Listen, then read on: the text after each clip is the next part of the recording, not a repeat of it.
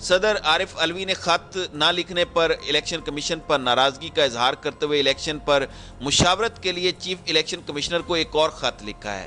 صدر مملکت کی جانب سے الیکشن کمیشن کی بے حسی پر ناراضگی کا اظہار کرتے ہوئے کہا گیا کہ الیکشن کمیشن نے ابھی تک پہلے خط کا جواب نہیں دیا۔ میں انتظار کر رہا تھا کہ الیکشن کمیشن اپنے آئینی فرائض کا احساس کرے گا اور اس کے مطابق کام کرے گا۔ صدر علوی کا کہنا تھا کہ اہم معاملے پر الیکشن کمیشن کے افسوسناک رویے سے انتہائی مایوسی ہوئی۔ چیف الیکشن کمشنر کو اپنے دفتر میں الیکشن پر مشاورت کے لیے ہنگامی ملاقات کے لیے مدعو کرتا ہوں۔ صدر عارف علوی نے چیف الیکشن کمشنر سکندر سلطان راجہ کو 20 فروری کو ایوان صدر میں سیکشن 57(1) کے تحت انتخابات کے حوالے سے مشاورت کے لیے دعوت دے دی ہے۔ چیف الیکشن کمشنر کو لکھے گئے خط میں کہا گیا ہے کہ آئین کے تحت صدر مملکت عام انتخابات کی تاریخ یا تاریخوں کا اعلان الیکشن کمیشن سے مشاورت کے بعد کریں گے۔ یہ جو ایک ڈمی سی مشاورت یہ کر رہے تھے گورنر سے جو بے نتیجہ ختم ہو رہی تھی، چلے مان لیتے ہیں کہ الیکشن کمیشن کا اس میں اختیار نہیں ہے، یہ الیکشن کمیشن آف پاکستان کا اختیار نہیں ہے کہ وہ الیکشن کی ڈیٹ دے، لیکن صدر مملکت تو دے سکتے ہیں۔ پھر یہ کہاں پر جائیں گے؟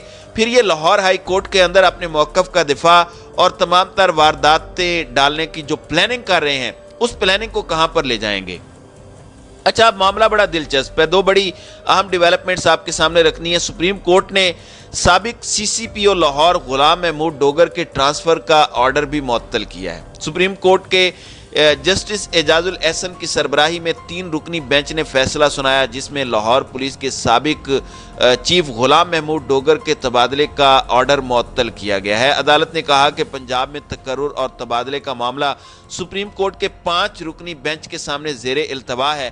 نگران حکومت پنجاب کی جانب سے تقرر و تبادلے کا معاملہ 5 رکنی لارجر بینچ کو بھیج رہے ہیں۔ واضح ہے کہ 5 نومبر کو وفاقی حکومت نے governor house per P T I کارکنان کی جانب سے دھاوا بولنے کے بعد اس وقت کے سی سی پی او لاہور غلام محمود ڈوگر کو معطل کر دیا تھا اور انہیں اسٹیبلشمنٹ ڈویژن رپورٹ کرنے کی ہدایت کی تھی۔ وفاق کی جانب سے معطلی کے باوجود غلام محمود ڈوگر نے عہدے کا چارج نہیں چھوڑا تھا، جبکہ انہوں نے اپنی معطلی لاہور ہائی کورٹ میں بھی چیلنج کی تھی۔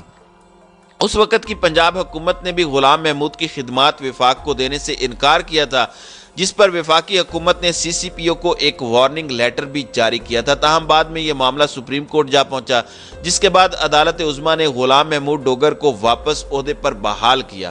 گزشتہ ماہ 23 جنوری کو ایک بار پھر پنجاب میں نگران حکومت کے قیام کے بعد غلام محمود ڈوگر کے تبادلے کا حکم جاری کیا گیا۔ یعنی یہ آدمی اتنا کھٹکتا ہے کہ اس کے لیے وفاقی حکومت اتنی محنت کرتی رہی، اور یہ کیسے ہو سکتا ہے کہ فیڈرل حکومت کی بی ٹیم جو کہ نگران حکومت ہے وہ آتے ساتھ ہی ان کا تبادلہ نہ کرے؟ تو ان کا آتے ساتھ ہی محسن نقوی نے تبادلہ کیا اور وہ تبادلہ اب اوور ٹرن ہو چکا ہے۔ تو آپ اندازہ کر سکتے ہیں کہ یہ چیز بھی کتنی زیادہ اس وقت تکلیف دہ ہوگی اس پورے ٹولے کے لیے۔ اب جو سپریم کورٹ آف پاکستان نے رندہ پھیرا ہے اور سپریم کورٹ آف پاکستان کے اندر جو ریمارکس ہیں وہ بڑے واضح اور کرسٹل کلیئر ہیں، اور میں سمجھتا ہوں کہ آنے والے دنوں کے حوالے سے بڑے حرف آخر ہوں گے۔ انہوں نے اپنی طرف سے بہت بڑا پتہ پھینکا، ایون غلام محمود ڈوگر کا ذکر ہو رہا ہے پرویز الہی کی ان آڈیوز میں۔ اس کے باوجود سپریم کورٹ آف پاکستان نے پریشرائز ہونے سے انکار کیا ہے۔ اگرچہ مریم نواز ایک بہت بڑی کمپین لیڈ کرنا شروع کر چکے ہیں، ابھی وہ کمپین لانچ ہونی ہے عدلیہ کے خلاف، لیکن اس سب کے اندر بہت کچھ اور بھی ہے۔ اب سپریم کورٹ نے سابق سی سی پی او لاہور کی ٹرانسفر کے کیس میں ریمارکس دیے ہیں کہ انتخابات کو 90 دن میں ہی ہونا ہے، اور ہر گزرتے دن کے ساتھ 90 دن ختم ہو رہے ہیں۔ الیکشن کمیشن آخر کیا کر رہا ہے؟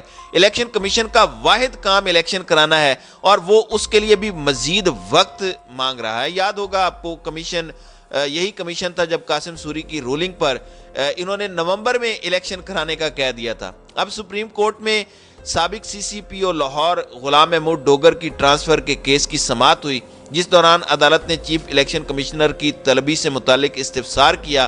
اس پر سیکرٹری الیکشن کمیشن نے بتایا کہ چیف الیکشن کمشنر کی طبیعت ناساز ہے۔ دوران سماعت چیف جسٹس منیب اختر نے کہا کہ چیف الیکشن کمشنر سے تقرر و تبادلے کے لیے رابطہ کس نے کیا؟ الیکشن کمشنر الیکشن ایکٹ کی کس شق کے تحت خود ہی یہ حکم دے سکتے ہیں کہ تقرر و تبادلے کرو؟ عدالت نے کہا کہ انتخابات کو 90 دن میں ہونا ہے۔ ہر گزرتے دن کے ساتھ 90 دن ختم ہو رہے ہیں۔ الیکشن کمیشن آخر کر کیا رہا ہے؟ سماعت کے دوران سیکرٹری الیکشن کمیشن عمر حمید کی جانب سے بار بار بولنے پر جسٹس منیب نے برہمی کا اظہار کرتے ہوئے کہا کہ بات کرنے کے دوران مجھے ٹوکنے کی جرت نہ کریں، مطلب آپ اپنی اوقات اور حد میں رہیں۔ سیکرٹری الیکشن کمیشن نے کہا کہ مجھے بنیادی قانون معلوم ہے۔ اس پر جسٹس اعجاز نے کہا کہ بنیادی قانون پتہ ہونے سے آپ وکیل نہیں کہلائیں گے، تو آپ ذرا چپ رہیں اور اپنا کام کریں۔